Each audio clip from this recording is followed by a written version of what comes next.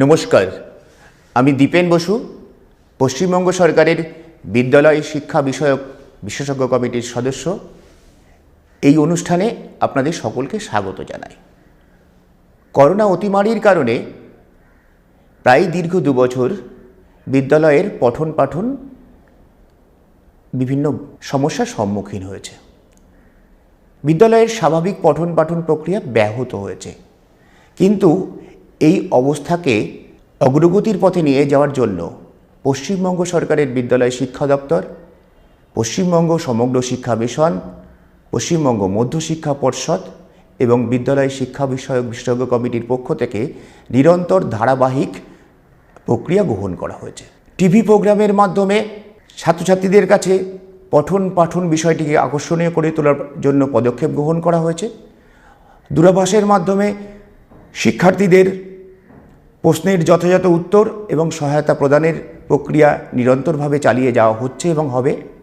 বাংলার শিক্ষা পোর্টালে ভিডিও আপলোডের মাধ্যমে শিক্ষার্থীদের পঠন পাঠন বিষয়ে নিরন্তর সহায়তা প্রদান করা হচ্ছে। এর পরবর্তীতে অ্যাক্টিভিটি টাস্কের মাধ্যমে সারা দেশের মধ্যে একটা নজিরবিহীন যে সারা রাজ্যের সমস্ত বিদ্যালয়ের সমস্ত শ্রেণীর শিক্ষক শিক্ষিকাদের মাধ্যমে অভিভাবকদের সহায়তায় ছাত্রছাত্রীদের কাছে অ্যাক্টিভিটি টাস্ক পৌঁছে দেওয়া হয়েছে এবং সেই অ্যাক্টিভিটি টাস্কের যথাযথ উত্তর তারা প্রদান করেছেন এবং অভিভাবকদের মাধ্যমে বিদ্যালয়ে পাঠিয়ে দিয়েছেন। বিদ্যালয়ের শিক্ষক শিক্ষিকারা তার মূল্যায়ন করেছেন এবং শিক্ষার্থীদের ভুল সংশোধন করে দিয়ে তাকে তার শিক্ষার যে ধারাবাহিকতা সেটাকে সহায়তা করবার জন্য বিভিন্ন পদক্ষেপ গ্রহণ করেছেন। কিন্তু আমরা শিক্ষার্থীদের কাঙ্ক্ষিত মানে পৌঁছানোর ক্ষেত্রে আরও কার্যকারী এবং বাস্তবসম্মত যে পদক্ষেপ গ্রহণ করা হয়েছে পশ্চিমবঙ্গ সরকারের শিক্ষা দপ্তরের পক্ষ থেকে, সেটি হচ্ছে ব্রিজ ম্যাটেরিয়াল। অর্থাৎ আমাদের এখন লার্নিং আউটকাম বেসড পঠন পাঠন প্রক্রিয়া এবং মূল্যায়ন প্রক্রিয়া সারা দেশের সাথে পশ্চিমবঙ্গেও চালু হয়েছে। অর্থাৎ প্রতিটি শ্রেণীর শিক্ষার্থী তার ক্লাসের জন্য নির্ধারিত লার্নিং আউটকামে পৌঁছাবেন, এটাই আমাদের সকলের একমাত্র লক্ষ্য। কিন্তু অতিমারির কারণে শিক্ষার্থীদের এক্ষেত্রে কিছু বাধার সম্মুখীন হয়েছে। বাংলা চায় শিক্ষার্থীদের শিক্ষার ক্ষেত্রে সর্বতোভাবে সাহায্য করার। তার পদক্ষেপ হিসাবে শিক্ষার্থীদের যে লার্নিং গ্যাপ, সেই লার্নিং গ্যাপটা চিহ্নিতকরণ করা এবং সেই লার্নিং গ্যাপটা যাতে আর না থাকে তার জন্য ব্রিজ ম্যাটেরিয়াল তৈরি করা আছে। এখন আসা যাক এই ব্রিজ ম্যাটেরিয়ালটা কী। অর্থাৎ এই প্রায় 2 বছর শিক্ষার্থীরা বিদ্যালয়ের স্বাভাবিক পঠন পাঠনের সাথে অংশগ্রহণ করতে পারেনি। সেক্ষেত্রে কী সমস্যার সম্মুখীন হয়েছে? তাদের রিমেম্বারিং জোনের নলেজটা যথাযথভাবে গ্রহণ করতে পারলেও আন্ডারস্ট্যান্ডিং এবং অ্যাপ্লিকেশনের ক্ষেত্রে কিছু কিছু সমস্যা থেকে গেছে। কেন তারা বাস্তব অবস্থায় ছাত্র শিক্ষকের যে জ্ঞানের আদান প্রদানের বা জ্ঞান গঠনের যে প্রক্রিয়া সেটা কোথাও কোথাও বাধাপ্রাপ্ত হয়েছে। অর্থাৎ আমরা চাই প্রতিটি শিক্ষার্থী তার নিজের শ্রেণীর জন্য নির্ধারিত লার্নিং আউটকামে পৌঁছাবেন। এখন আমরা সেই আবহে অর্থাৎ সেই লার্নিং গ্যাপটা যাতে পূরণ হয় তার জন্য ব্রিজ ম্যাটেরিয়াল তৈরি করা হয়েছে। মধ্যশিক্ষা পর্ষদ, সমগ্র শিক্ষা মিশন, পশ্চিমবঙ্গ সরকারের বিদ্যালয় শিক্ষা দপ্তর এবং বিশেষজ্ঞ কমিটি ষষ্ঠ থেকে অষ্টম শ্রেণী পর্যন্ত পঠন সেতু নামে এই ব্রিজ ম্যাটেরিয়াল তৈরি করেছে। স্বাস্থ্য শারীরিক শিক্ষার ক্ষেত্রেও পঠন সেতু ষষ্ঠ, সপ্তম এবং অষ্টম শ্রেণী তৈরি করা হয়েছে। এই ব্রিজ ম্যাটেরিয়ালে ষষ্ঠ শ্রেণীর শিক্ষার্থীদের যে কাঙ্ক্ষিত মানে পৌঁছানোর কথা সেটাকে নজর রেখে পঞ্চম এবং চতুর্থ শ্রেণীর যে বিষয়গুলো এই বিষয়ের সাথে সম্পর্কিত সেই বিষয়গুলিকে এই ব্রিজ ম্যাটেরিয়ালে তুলে ধরে এবং যাতে ষষ্ঠ শ্রেণীর পঠন পাঠন নিরবিচ্ছিন্নভাবে এগিয়ে চলতে পারে তার জন্য পদক্ষেপ গ্রহণ করা হয়েছে। অনুরূপভাবে সপ্তম শ্রেণীর ক্ষেত্রেও পঞ্চম এবং ষষ্ঠ শ্রেণীর পূর্ব পাঠের যে অনুশীলনী বা পূর্ব পাঠের যে বিষয়গুলোকে শিক্ষার্থীর জানার পরেই সপ্তম শ্রেণীর বিষয়টা বা সপ্তম শ্রেণীর লার্নিং আউটকামে পৌঁছানো সহজবোধ্য হতো, সেই বিষয়টা যাতে আরও সহজবোধ্য হয় তার জন্যই এই সপ্তম শ্রেণীর পঠন সেতু স্বাস্থ্য শারীরিক শিক্ষার তৈরি করা হয়েছে।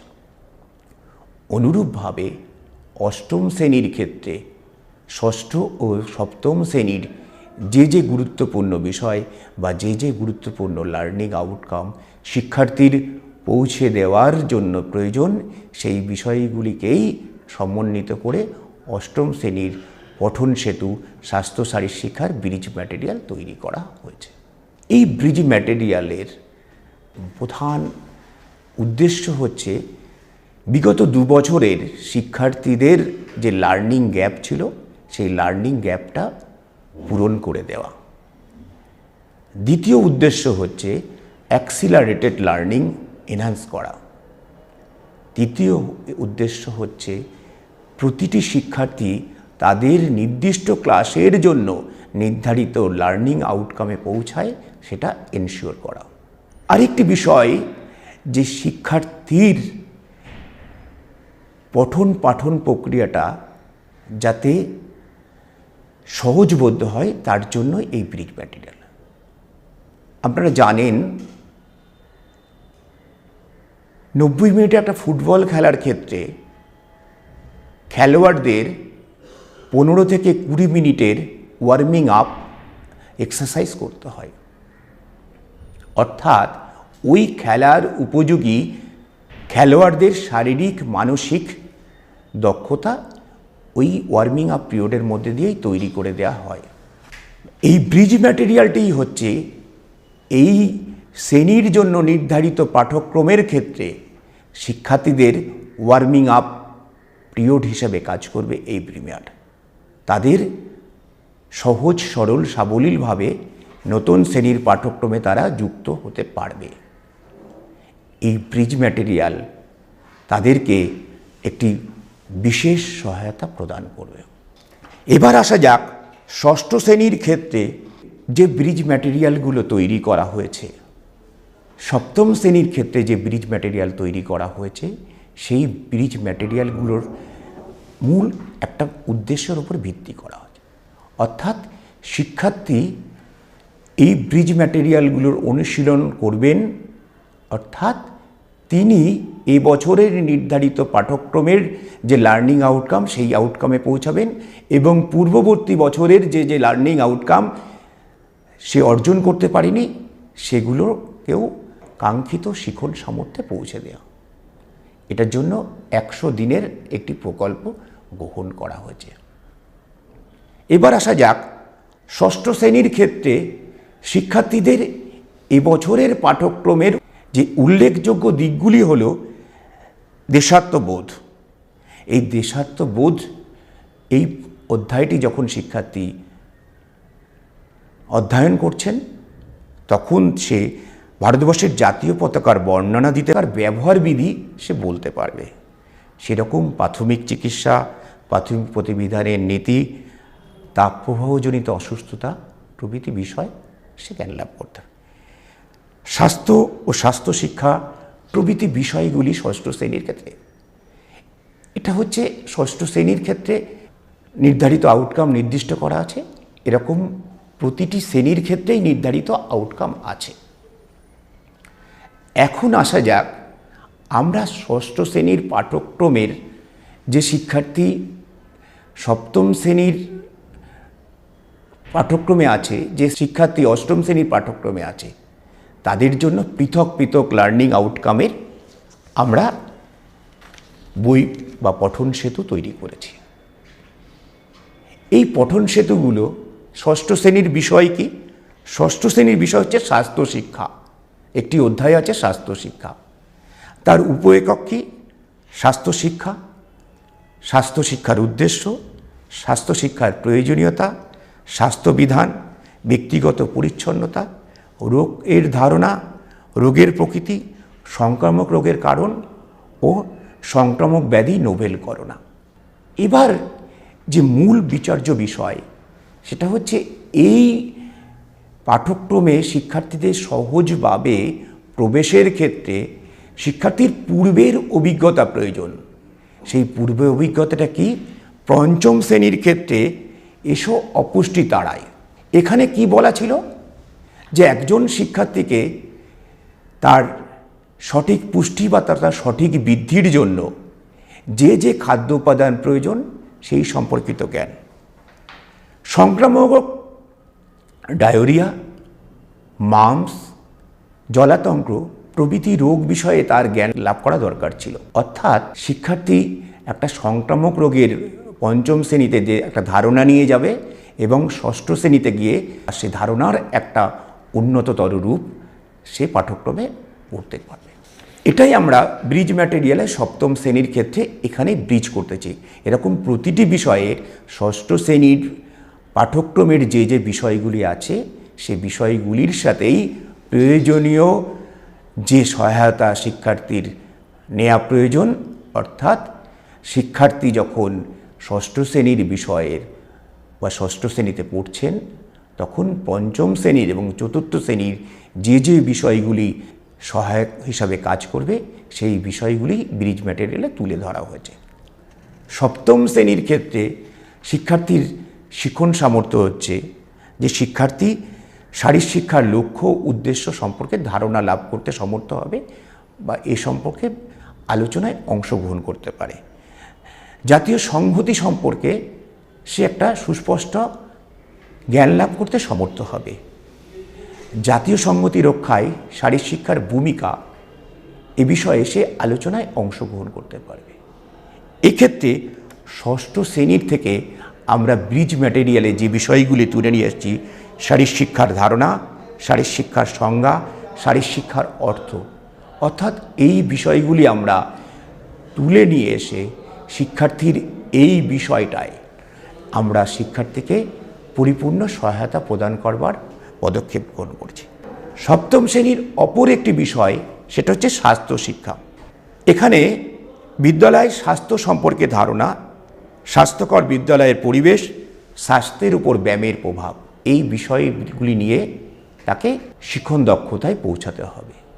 এক্ষেত্রে ষষ্ঠ শ্রেণীর যে যে বিষয় সম্পর্কিত, যেমন হচ্ছে স্বাস্থ্য শিক্ষার উদ্দেশ্য, স্বাস্থ্যবিধান, ব্যক্তিগত পরিচ্ছন্নতা, এই বিষয়গুলিকেও আমরা ষষ্ঠ শ্রেণীর ব্রিজ ম্যাটেরিয়ালে তুলে নিয়ে আসতে চেয়েছি। তুলে নিয়ে এসে শিক্ষার্থীকে সেই সহায়তা প্রদান করেছি। অষ্টম শ্রেণীর ক্ষেত্রে শিক্ষার্থীর যে শিখন সামর্থ্য লাভ করতে হবে তার মধ্যে একটি উল্লেখযোগ্য হচ্ছে স্বাস্থ্য শিক্ষা, অর্থাৎ শিক্ষার্থী স্বাস্থ্যবিধানের ধারণা লাভ করবে, বিদ্যালয়ের স্বাস্থ্য শিক্ষার প্রসার এবং প্রচার সম্পর্কে একটি সুস্পষ্ট জ্ঞান গঠন করবে, স্বাস্থ্যবিধানের অভাবজনিত রোগ সম্পর্কে তার একটা ধারণা গড়ে উঠবে, নির্মল বিদ্যালয়, নির্মল শহরের কী কী ভিত্তি থাকা উচিত সে বিষয়ে সে ধারণা লাভ করতে পারবে, আয়োডিনের অভাবজনিত রোগ এ বিষয়ে সেও একটা সুস্পষ্ট ধারণা লাভ করতে পারবে। এক্ষেত্রে সপ্তম শ্রেণীর যে বিষয় স্বাস্থ্য শিক্ষার যে বিষয় পাঠ্যক্রম আছে সেখান থেকে বিদ্যালয়ের স্বাস্থ্য সম্পর্কে ধারণা, বিদ্যালয়ের স্বাস্থ্য কার্যক্রম, স্বাস্থ্যকর বিদ্যালয়ের পরিবেশ, স্বাস্থ্যের উপর ব্যায়ামের প্রভাব এ বিষয় নিয়েও তিনি ধারণা লাভ করতে পারবেন। স্বাস্থ্যসারী শিক্ষা শুধুমাত্র তো তাত্ত্বিক বিষয় নয়, এর একটা ব্যবহারিক বিষয়। করোনা আবহে শিক্ষার্থীরা বিদ্যালয়ের পরিবেশে আনন্দদায়ক পরিবেশে তার খেলাধুলাটাকে এগিয়ে নিয়ে যেতে পারেনি। কিন্তু খেলাধুলাটা শুধুমাত্র পাঠ্যক্রমের বিষয় নয়, খেলাধুলাটার সাথে তার জীবনের যোগ, তার দৈহিক, মানসিক, সামাজিক বিকাশের একটা সম্পর্ক আছে। তাই আমরা যোগাসন, খালি হাতের ব্যায়াম এই বিষয়গুলোকে আমাদের পরিমার্জিত পাঠ্যক্রমে স্থান দিয়েছিলাম। অর্থাৎ শিক্ষার্থী বিদ্যালয়ের পরিবেশে শরীরচর্চা করতে না পারলেও তার গৃহ পরিবেশেও এই চর্চাগুলো চালিয়ে গেছেন। অর্থাৎ শিক্ষার্থী শারীরিক মানসিকভাবে সুস্থ থাকবেন এই করোনার আবহে এই বিষয়টি এনশিওর করবার ক্ষেত্রেও স্বাস্থ্যসারী শিক্ষার শিক্ষককে সহায়কের ভূমিকা পালন করতে হয়েছে এবং পালন করতে হবে। অর্থাৎ স্বাস্থ্যসারী শিক্ষার শিক্ষক শিক্ষার্থীর বিদ্যালয়ের এবং সমাজের ক্ষেত্রে উল্লেখযোগ্য ভূমিকা বহন করে থাকেন। এখন আসা যাক এই ব্রিজ ম্যাটেরিয়ালটি শিক্ষার্থীর কাছে কী বার্তা নিয়ে আসে এবং শিক্ষকের কাছে এর কিভাবে উপস্থাপিত হবে। যতদিন পর্যন্ত আমরা স্বাভাবিক বিদ্যালয়ের পঠন পাঠনে আবার সমবেত হতে না পারছি, ততদিন শিক্ষার্থীদের প্রয়োজনীয় সহায়তা আমরা চালিয়ে যাওয়ার জন্য অঙ্গীকারবদ্ধ। সরকার এ বিষয়ে নানাবিধ যে পদক্ষেপ নিয়েছে, সেই পদক্ষেপগুলো সুদৃঢ় করা স্বাস্থ্য শারীরশিক্ষা শিক্ষকদের একটি নৈতিক দায়িত্ব এবং কর্তব্য। এই ব্রিজ ম্যাটেরিয়ালটি শিক্ষার্থীর কাছে যখন পৌঁছাচ্ছে, সেক্ষেত্রে শিক্ষার্থী যে যে সহায়তা কামনা করবে, শিক্ষক সেই সহায়তা প্রদান করবেন। অর্থাৎ শিক্ষার্থীর চাহিদা অনুযায়ী শিক্ষক তাকে প্রয়োজনীয় সহায়তা প্রদান করবেন এবং শিক্ষক এই ব্রিজ ম্যাটেরিয়ালটি আরও সুন্দরভাবে উপস্থাপন করবার জন্য নতুন নতুন উদ্ভাবনী দক্ষতা প্রদর্শন করবেন এবং শিক্ষার্থীর কাছে অনলাইন এবং বিকল্প অনলাইনের এবং বিকল্প অফলাইনের মাধ্যমে ব্লেন্ডেড মেথডেও শিক্ষার্থীকে সহায়তা প্রদান করবেন। এবার আসা যাক এই অ্যাক্টিভিটি টাস্ক এবং এই যে ব্রিজ ম্যাটেরিয়ালে সেখানে যে প্রশ্ন আছে, সেই প্রশ্নগুলোকে কিভাবে শিক্ষক শিক্ষার্থী পারস্পরিক সহায়তার মাধ্যমে তার জ্ঞান গঠনে সহায়তা করবেন। প্রতিটি বিষয়ের শেষে নির্দিষ্ট কিছু প্রশ্ন দেওয়া হয়েছে। এই প্রশ্নগুলি শিক্ষার্থীর জ্ঞান গঠনের প্রক্রিয়াটাকে মূল্যায়ন করতে সাহায্য করবেন।